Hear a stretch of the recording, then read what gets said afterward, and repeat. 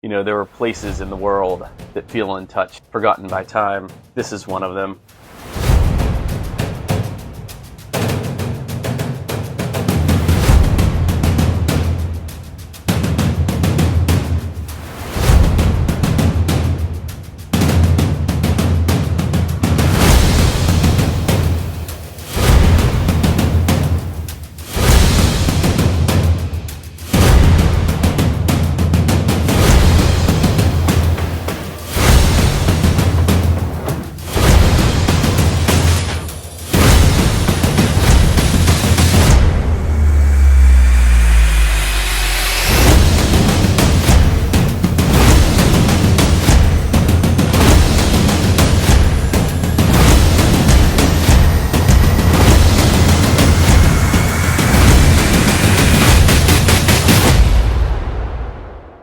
And that's why in today's video, we're going to SKOTINO Cave, located in Crete. I hit a breaking point recently on social media, realizing that it is 98% slop out there, right? And I started to have this sort of crisis because I felt like I was a hamster running in a wheel, getting nowhere. And so I decided to humble myself, get back down into the weeds, and start learning a new language because I wanted to be able to read my Bible, my New Testament, in its original language. And with that, I quickly realized that I want to actually acquire it as a language that I can use in real life as well. Greek is spoken today by roughly 11 or 12 million people. It's not a super common language, but the people themselves and the region, the history is utterly fascinating, and it was utterly consequential for the world, for the civilization we live in today, for the culture that we experience. Our culture is fundamentally inspired by what happened in that region of the world thousands of years ago. And so there we were at the resort, and I was Googling. I learned of το σπηλαίο SKOTINO. It's a cave that lies on a hill northwest of the village of SKOTINO, a few kilometers inland south of Roubaix. It is also known as Agia Paraskevi. Paraskevi is the modern Greek word for Friday. Agia means holy, so Holy Friday. The Holy Friday Cave. The Greek word for cave is spileo, which is obviously where we get our word for speleology from. Speleologist, right? As I was researching the SKOTINO Cave, I started seeing rumors pop up. Was this the original labyrinth that housed the Minotaur, built by King Minos? So I realized I had to go and take the family and see it for myself. In Greek, the word skotino means dark, and dark it is. Now, not much is known about the SKOTINO Cave. The first archaeological examination on the site was undergone by Sir Arthur Evans, who was the British archaeologist responsible for excavating the very famous Knossos Palace site, which we also toured. It was amazing. This site goes back to the Minoan times, which again, not much is known about them. After going to the archaeological museum in Heraklion, all we really have is pottery. All we really have is some inscriptions of linear A, linear B. Linear A isn't deciphered at all. Linear B has been deciphered. The code has been cracked, and it is Greek. So this linear B that preceded the modern Greek alphabet has been decoded, and researchers were not expecting it to be Greek. They were expecting it to be something else. But it turned out it was absolutely Greek, very, very old Greek. While excavating this site, in the 1960s, archaeologists found a considerable number of bronze and ceramic votive offerings, the oldest of them dating to the earliest Minoan periods. This suggests that the cave was an important sacred shrine dedicated to the female fertility deity, which they assume was Britomartis, but they're not sure. The cave was used in classical Greek and Roman eras when the fertility goddess known as Artemis replaced the Minoan deity.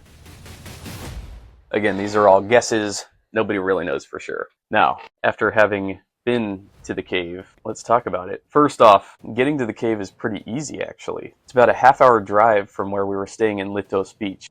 You could literally Waze it.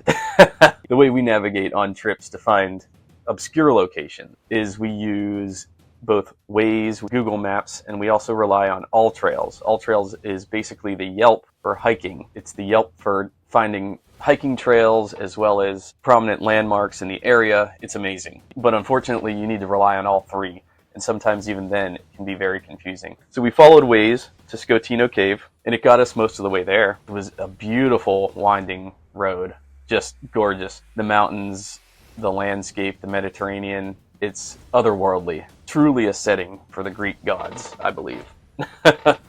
So we parked our car, our rental van, in the dirt, of course, because not all of Crete is well paved, but the road there was absolutely well paved. And we got there, and I didn't know where to go from there. Where are we at? We are going on an adventure. We're going to SKOTINO Cave here in beautiful Crete. Follow me. But then my wife said, I'll go find it. So my wife went and found the opening. It was just over the hill. It's a really amazing sight, even if you don't go into the cave. There's a couple little Greek Orthodox churches sitting right atop the cave that we were able to actually walk into. They're beautiful. If you've never been to a Greek Orthodox church, I highly recommend it. It is one of the most incredible experiences, going in, seeing how Christianity had been practiced for almost since its inception. Everything is written in Greek. Everything is very emblematic of the roots of the faith, which I find very spiritually fulfilling. I love just seeing the iconography. I love seeing the depictions on the walls. I love seeing how each Greek Orthodox church depicts the most prominent stories from the New Testament. Jesus, Mother Mary, the crucifixion, the Stavros. It's very inspiring. So getting to visit those two little churches after coming out of the cave was absolutely amazing. Approaching the cave was absolutely a cinematic experience. The entrance to the cave is impressive. It's a large arch, 27 meters wide, 10 meters high. This isn't a standard cave that I'm used to having to squeeze into before seeing the good stuff. This one's just like what you would see in something like Aladdin or a movie. It's just a wide open hole. Beneath the hills of Crete lies a cave so ancient and so quiet, it almost feels like it's watching you back. There was no ticket booth, no crowds, no tourists, no barriers, just a dark opening in the earth and the choice to go in. When you've come all that way, it's not a choice anymore. You're going in. As we walked into the cave, we were just in wonder. It literally felt like something out of Star Wars. There was a eerie melodic sound of the birds.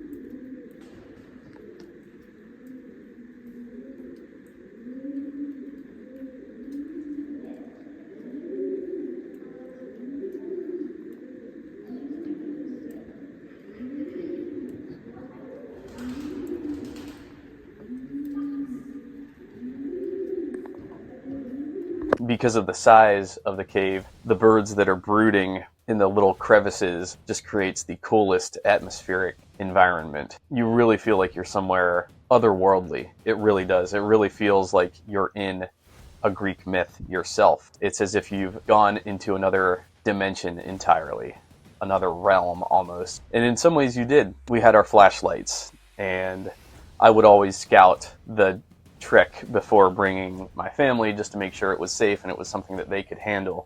The path goes down from the entrance. It leads to a large, imposing chamber called Mega Now. It's 130 meters long, 33 meters wide, 30 meters high. There are a ton of stalagmites in this cave, so having a good flashlight really helps. As you go deeper into the cave, there's an impressive collection of stalactites, some even reaching the floor. We kept going. The cave just kept pulling us deeper. We were exploring every little nook and cranny we could find, everything that we thought was alluring. The progression through the cave was really natural. You pick the easiest route, you climb up, you climb down. As you proceed through, it continues to get darker. As you become more and more distant from the mouth of the cave, you start losing light. And at a certain point, we just sat down, turned off the lights, and just listened to the sounds of the cave and wondered how many people have done this for how long, thousands of years. We did find some pottery shards. We were careful not to take them. I picked one up, I examined it, I set it back down. I'm big on not taking anything out of sites like this. That's perhaps a story for another time, but I believe in when I'm going into a site like this that's so historical, that's not controlled by any authorities, I believe in leaving it as I found it. I don't disturb a thing. I look, I touch, I leave it as I found it. I'm not interested in souvenirs. I'm more interested in the experience. I respect it It's been here for so long. God is watching.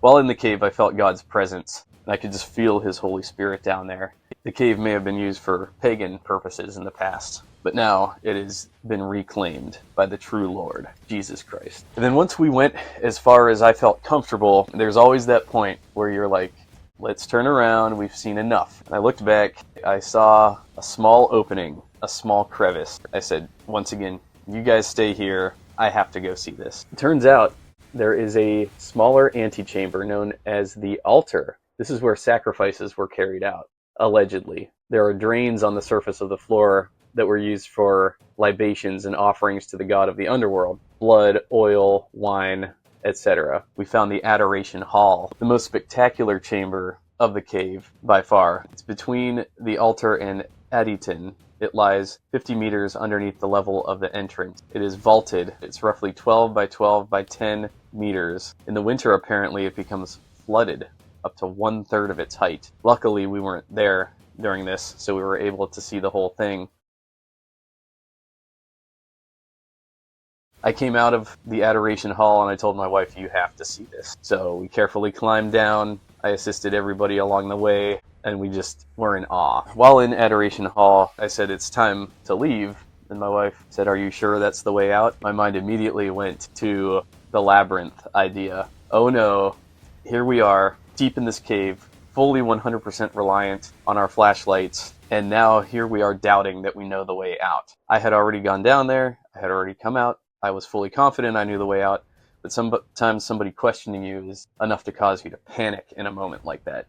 In 1953, excavator Paul Fowler, after a prolonged study, concluded that this cave is the famous Labyrinth of Knossos. At that point in time, I might have agreed with him, being potentially stuck there now, without the string. Like an idiot, unlike Theseus, we did not enter this complex with a string. We didn't think we needed it. The more you look into this labyrinth idea, the labyrinth doesn't trap you necessarily because it's hard to navigate. It traps you because you're actually in purgatory. You're almost in a scenario designed by the gods to keep you trapped. There is no way out.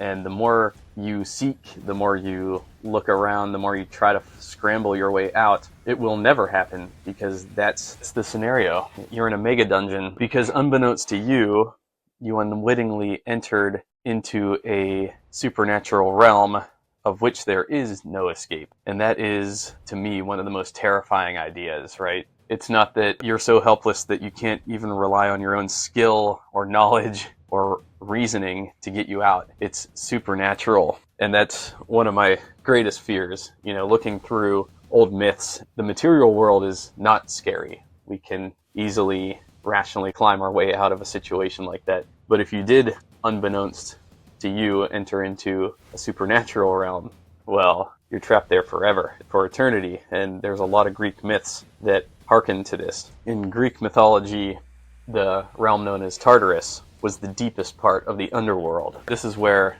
myths known as Sisyphean labor take place. Punishment of repetitive, physically and or mentally grueling tasks are carried out every day and are ultimately futile. This is called Sisyphean labor. It would make sissies of all of us. Sisyphus was a king known for his cunning and for twice cheating death. His punishment was to push a massive boulder up a steep hill. But every time he neared the summit, the boulder rolled back down to the bottom, forcing him to start over and over again for all of eternity. The most famous example, Prometheus, stole fire from Olympus and gave it to man. He was chained to a rock in the Caucasus Mountain. And every day an eagle would descend and eat his liver. And because he was immortal, his liver would regenerate, only to be devoured again the next day. Tantalus was ascribed a similar fate. He was cursed with eternal hunger and thirst. He was in a pool of water laden with fruit branches hanging just above him. But every time he bent down to drink, and every time he reached for fruit, the water would recede, the branches would pull away, leaving him eternally starving. Relief was forever out of reach. But then I told my wife, follow me. I know the way out. I did this once before. Sure enough, we went up the all-familiar climb that we had just come down. We climbed up. From there we could see the slight light from the mouth of the cave. we had left my backpack at the mouth of this small antechamber, and we saw it. And I asked her, "Do you feel better now?" We started our ascent out of the cave because it starts high and descends into the deeper chambers. On the way out, I was considering whether this was the labyrinth again. What's interesting is when you look at the map of the cave, it's pretty straightforward. It's one big oval. It's fairly intuitive. In Greek mythology, the labyrinth was an intensely complex, confusing maze designed by Daedalus to imprison the flesh-eating Minotaur. It was supposedly located in Knossos. It was renowned for its intricate, disorienting paths and blind alleys from which even its creator Daedalus couldn't escape. So do I think this was the labyrinth? Absolutely not. That's actually ridiculous. First off, there was nothing really all that confusing about it. This cave was crafted by nature. This is a clear-cut geological formation. I've been in many caves, each one very distinct, but one thing that they all have in common is that they are not man-made. You can tell when man has gotten involved. This cave is 100% created by nature. The stalagmites, the stalactites, the random winding of it, this was not dug out by man. So there's strike one. Strike two, it wasn't really all that confusing to navigate. Aside from the final antechamber, it was not complex. One wouldn't need a thread to escape this place. All you really needed was a light and some novice bouldering skills, I would say. But no equipment's needed unless you plan to maybe do some of the more complicated climbs in there. But this is not a site that I would go so far as to say was designed to keep somebody trapped inside. People have been coming and going out of this site for thousands of years. Also, SKOTINO isn't really all that close to Knossos. Knossos is more in the center of the island. SKOTINO is more towards the center north. It's kind of a far drive, at least a half-hour drive from SKOTINO to Knossos, probably more like 45 minutes. There's another theory that posits that Knossos itself is the site of the labyrinth. And this is the problem.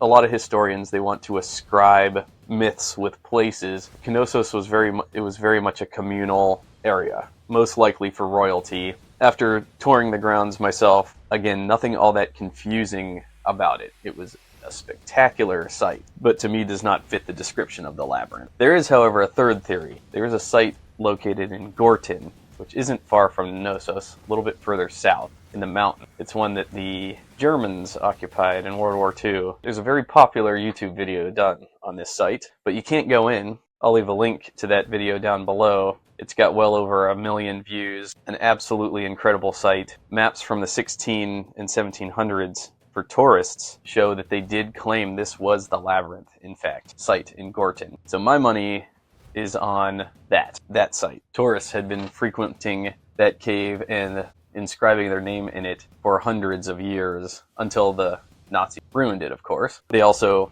blew it up when they were leaving. Kind of unstable, and apparently there's all kinds of unexploded ordnances down there as well. So is the SKOTINO cave the site of the labyrinth? I'm going to go ahead and say definitely not. The cave was previously a sanctuary since the Minoan times, likely for pagan worship, but it was then turned into a Christian sanctuary and continues to function as such. I like to think that God's final covenant with man, by his grace, allowed us to take a site as amazing as SKOTINO Cave to be used as something to experience his wonder and his glory and the mystery of his kingdom. And so as I continue to study the Greek language, both modern and ancient, as I continue to study Greek mythology, as well as expand my knowledge into my own faith, my own Christian faith, getting to walk the streets where some of the earliest Christians walked, getting to experience the culture that brought us the New Testament, getting to hear the sounds, the language, getting to participate in the local villages, Palm Sunday celebrations, hearing the sermons, hearing the liturgy, being surrounded by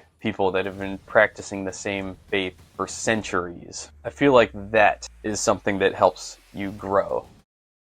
It changes your perspective, constantly causes you to question yourself, the world you live in, to keep exploring the mysteries of the kingdom. And the beautiful thing about it is you'll never know it all. Just gotta keep searching. If you ever feel like a hamster in the wheel, streaming all day, listening to the same stuff every day, ask yourself, where is that getting you? I can tell you where it brought me. I pray that it continues to bring me to new places. I'm Dale of the Biblical Linguist. Thanks so much for watching, guys. End of transmission.